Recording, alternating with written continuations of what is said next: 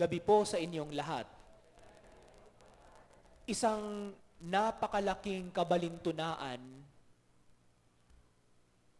ang nangyari sa mga Israelita noong sila ay naglalakad mula sa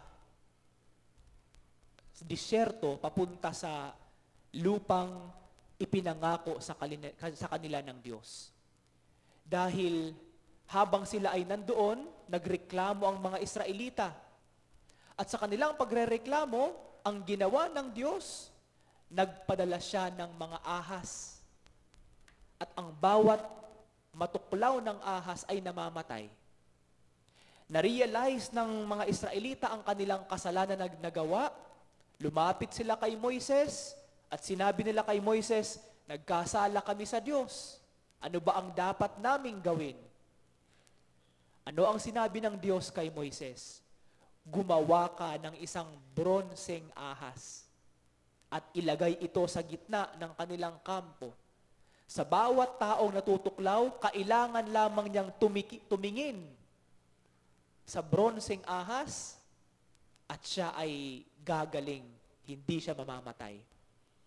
Kabalintunaan, paradox, dahil kung ano yung kinatatakutan ng mga Israelita, yun din ang ginamit ng Diyos na magliligtas sa kanila.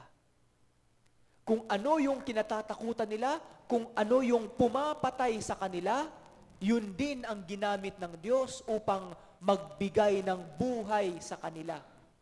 Kailangan lang nilang tumingin, tumingala. Hindi nga sila magdadasal. Kapag natuklaw sila, titingin lang sila sa bronseng ahas at makaka-recover sila, gagaling sila. Totoo nga, ang paraan minsan ng Diyos sa buhay ng tao ay isang mga paraan na punong-puno ng maraming kabalintunaan. Many paradoxes. At ang ultimate na kabalintunaan nito ay ang kanyang pagliligtas sa atin. Noong panahon ni Jesus, ang krus ay isang paraan ng punishment sa isang tao na gumawa ng isang karumal-dumal na krimen. Isang malaking kasalanan. At ang ipinapakong na tao sa krus, binibigyan ng malaking kahihiyan, hindi lamang sa kanyang sarili, kundi sa kanyang buong pamilya. Kaya nakakahiyang paraan ng punishment para sa isang tao. Pero sa pangyayari kay Jesus, kung ano ang kinatatakutan ng tao, kung ano yung tingin ng tao na isang nakahihiyang kaparusahan, yun naman ang ginamit ng Diyos upang ipakita ang dakilang kaligtasan ng tao. Ang kinahihiyang kaparusahan ng tao, ginawang dahilan ng Diyos para ipakita ang kanyang dakilang pagliligtas. Kabalintunaan. At sa ating buhay bilang Kristiyano, maraming beses at sa maraming pagkakataon nangyayari ito sa ating buhay. Yung sakit na inaayawan natin, yung matinding pagsubok sa ating buhay na ayaw nating mangyari sa atin, kung ano pa yung inaayawan natin, kung ano yung linalayuan natin, yun pa ang nangyayari sa atin. Ayaw kong magkasakit, pero sa kadahilan ng ayaw nating magkasakit, nagkakasakit naman tayo. Tinatanong natin ang Diyos, bakit?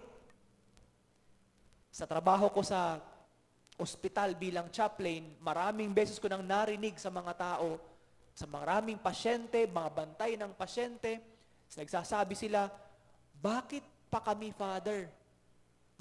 Malapit naman kami sa Diyos. Bakit ako pa ang magkakasakit? Wala naman akong ginawang malaking kasalanan sa aking kapwa. Bakit ako pa? Bakit kami pa?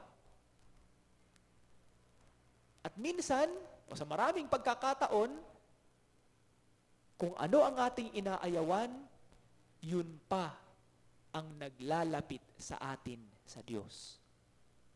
Tulad ng kasalanan. Tulad ng kasalanan. Ang kasalanan, sa bawat paggawa natin ito, pinuputol nito ang ating relasyon sa Diyos. Pero kung anong gawain ang pumuputol sa ating relasyon sa Diyos, yun din naman ang ginagamit ng Diyos na dahilan upang tayo ay maging mas malapit sa Kanya. Ito rin ang ginagamit ng Diyos na dahilan upang tayo ay magsumamo at humingi ng tawad sa Kanya. Ngayong panahon ng Kwaresma, tingnan natin ang napakaraming paradox sa ating buhay. Kung bibigyan nyo ang inyong sarili ng pagkakataon na pagnilayan, marami kang maisusulat siguro sa iyong notebook. Ano yung mga kabalintunaang ito sa iyong buhay ngayon? Ano yung mga pagkakataon sa iyong buhay ngayon na feeling mo naglalayo sa iyo sa Diyos, pero eto pa ang ginagamit ng Diyos upang ikaw ay maging mas malapit sa Kanya? Ano yung mga pangyayari sa iyong buhay?